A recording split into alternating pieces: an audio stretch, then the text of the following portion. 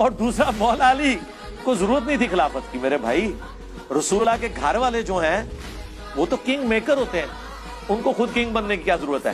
جس کا سب سے بڑا ثبوت اس حدیث میں یہ ہے کہ بخاری مسلم میں حدیث موجود ہے, حضرت علی نے پیغام دے کے ابو بکر کو اپنے گھر بلوایا ہے.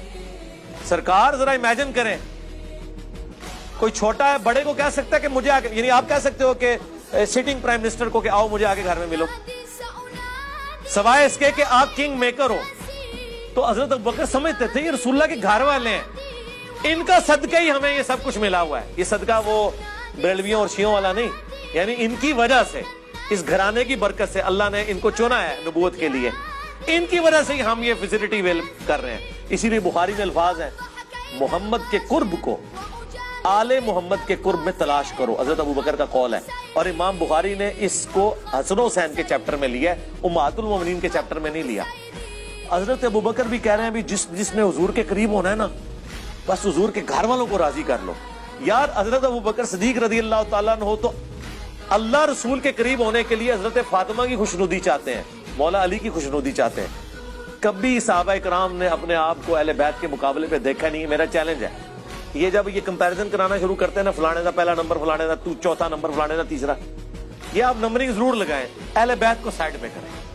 میں آپ سے سوال پوچھتا ہوں, آپ ابو بکر کی جگہ پہ ہوں, حضور نے آپ کو کلمہ پڑھا کے مسلمان کیا ہو, کیا آپ کبھی یہ جرت بھی کریں گے حضور کی بیٹی کو اپنے مقابلے پہ اس حوالے سے کھڑا کرے کہ میں اس سے بہتر ہوں؟ کانوں کو ہاتھ لگائیں گے آپ کہیں گے یار اس کے باپ نے مجھے مسلمان کیا, ٹھیک ہے, یہ جنتی عورتوں کی سردار, حضور کی بچی, اور یہاں تک حضور کہہ رہے ہیں کہ فاطمہ میرے جگر کا ٹکڑا ہے, جس نے اسے تکلیف دی اس نے مجھے تکلیف دی. اتنی باتیں سننے کے بعد آپ فاطمہ کے ساتھ اپنے مرتبے کو کمپیریزن کریں گے؟ آپ بے شک کرتے رہے. حضرت ابو بکر نے کبھی جرت نہیں کی کہ میں فاطمہ سے بہتر ہوں, میں علی سے بہتر ہوں, میں ختیجہ سے بہتر ہوں. ان کے دماغوں میں یہ فطور ہوتے ہی نہیں تھے.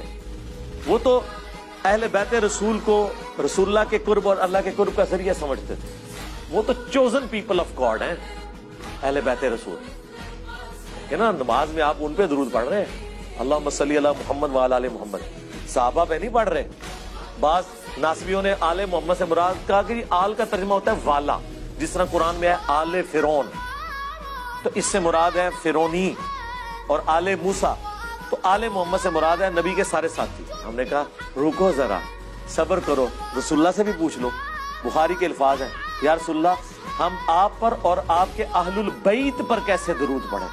تو آپ نے کہا پڑھو اللہم صلی علی محمد وعلی آل محمد کما صلیت علی ابراہیم وعلی آل ابراہیم انک حمید مجید. صحابہ کہہ رہے ہیں آپ اور آپ کے اہل البیت پر کیسے درود پڑھیں؟ تو کیا حضرت ابو بکر کا کبھی دعویٰ ہے کہ ہم اہل البیت ہیں؟ حضرت عمر کا یہ دعویٰ ہے؟ حضرت عمر تو خود ام کلثوم کا رشتہ حضرت علی سے مانگ رہے ہیں کہ قیامت کے دن میرا رشتہ اہل البیت سے نکل آئے. اب مجھے بتائیں اس کے بعد آپ یہ کس طرح کہہ دیں کہ حضرت عمر اپنے آپ کو حضرت علی سے افضل مانتے ہوں گے؟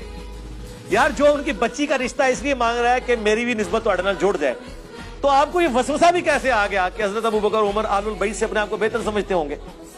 میں اپنی کو ورڈکٹ نہیں دے رہا, میں آپ کو logical think out of box کرنے پہ کہہ رہا ہوں کہ آپ صحابہ اور اہل بیت کو کمپیئر نہ کیا کریں. اہل بیت کے ساتھ کوئی بھی کمپیئر نہیں ہو سکتا, وہ حضور کے گھر والے ہیں. آپ اپنے آپ کو رکھ کے دیکھیں کہ آپ گمراہ ہوں اور آپ ایک نبی کا کلمہ پڑھ کے مسلمان ہوں, تو آپ یہ بازو اوپر کر کے نبی کے گھر والوں کا مقابلہ کرنا شروع کر دیں گے. نہیں, آپ تو یہ کہیں گے کہ بس نبی کے گھر والوں کی شفاعت مجھے قیامت والے دن مل جائے, میں نبی کے گھر والوں کو خوش کروں, حضور خوش ہو جائے. اور یہی تو حضرت ابو بکر نے کہا کہ محمد کے قرب کو آل محمد کے قرب میں تلاش کرو. اور امام بخاری نے اس کو امہات المومنین کے چیپٹر میں نہیں ڈالا, حسن و حسین کے چیپٹر میں ڈالا ہے. قلعہ ہی ٹھوک چھڑیا.